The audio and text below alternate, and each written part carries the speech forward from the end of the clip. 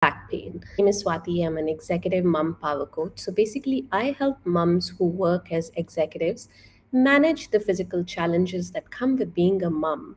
Now, this could be from when you're pregnant to running after your toddler or sitting for hours at your soccer game. It could range from neck pain, back pain, heel pain, to even poor posture and a weak pelvic floor, incontinence, etc., etc. The list just goes on. Now, as moms, we have these issues and we sort of push them to a side, or maybe you've tried everything and you haven't gotten to the solution. So, I give you the simple solutions that can help you. So, today we're going to talk about back pain and sitting, something that is commonly seen not just with moms but with majority of the population. So how should you sit with back pain? I'm going to give you 5 tips for this. So usually when we are sitting, say you are at your office, you are sitting in the meeting, you're sitting in a good posture, and then slowly and gradually, as you focus on your work or you are so engrossed in the meeting, what is going on, you tend to slouch, and then suddenly you realize, oh, I sat up straight, but then now I'm sort of bending forwards, I'm slouching. Then you correct yourself, and this pattern just repeats itself throughout your work day or when you're driving or at home. Now, what happens is, as this pattern repeats itself and you're slouching all the time, your spine is more prone to degeneration. That's anyway going to happen with time, but you're probably accelerating the degeneration of the spine by putting it under all the stress from a poor posture. So let's talk about the tips that you can implement just today, right now, if you're sitting. Okay, so tip number one for you is, when you're sitting, keep your feet, both your feet, on the floor.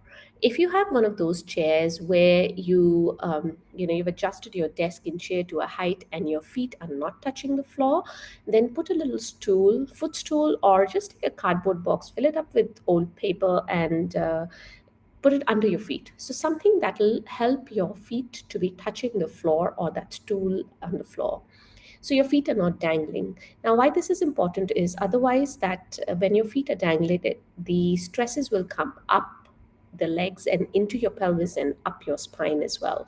If you have low back pain, that can get aggravated.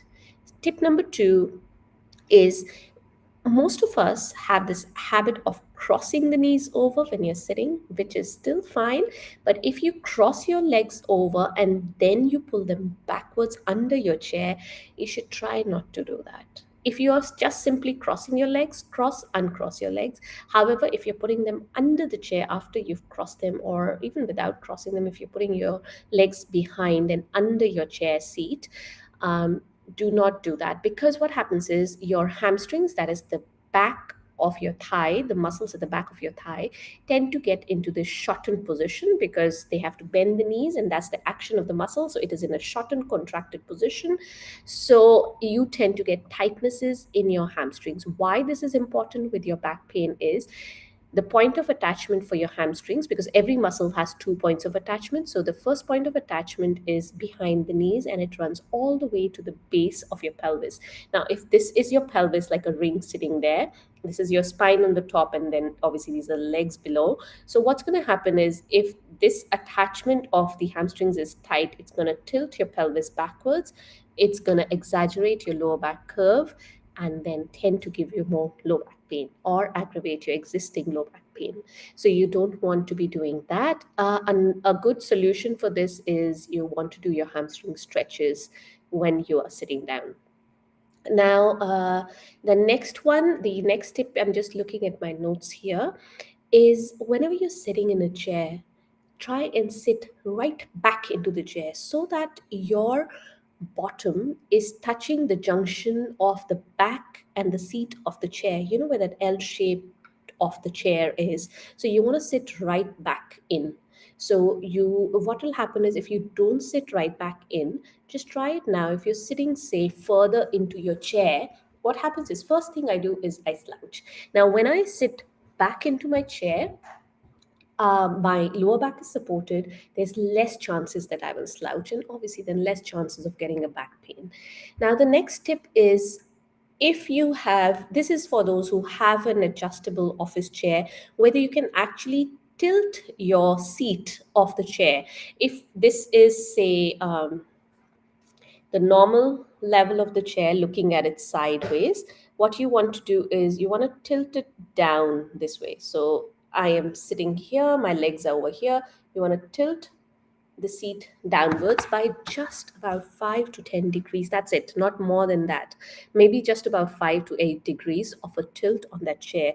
What that does is it keeps your pelvis a little bit tilted forwards, and the muscles in your back are more activated, or you can say that this will give you less chances of getting a lower back pain, because you're already like straightening up your spine when you're sitting forwards, but you don't want to over straighten yourself. So that's why do not tilt your chair more, chair seat more than 5 to 8 degrees or so. I would say just stop at 5 degrees. Okay. The last tip for you is you want to have a support in your chair, whether it's your office chair or the one that you sit at home or your car seat. So, all these tips are also applicable to when you're sitting in your car seat. I mean, the seat of your car, not a car seat, that's for kids. Okay, so when you're sitting there, roll up a towel, a bath towel, put it into the curve of your lower back. So that will support your lower back curve, and there'll be less chances of you slouching and slumping down. Okay. And if you have one of those chairs that have an adjustable lower back curve, like the one in my chair, I have that adjustable chair, you can adjust it to your height. So probably somebody who's taller than me, the curve will be more lower back. The curve support and the lumbar support in the chair will need to be higher.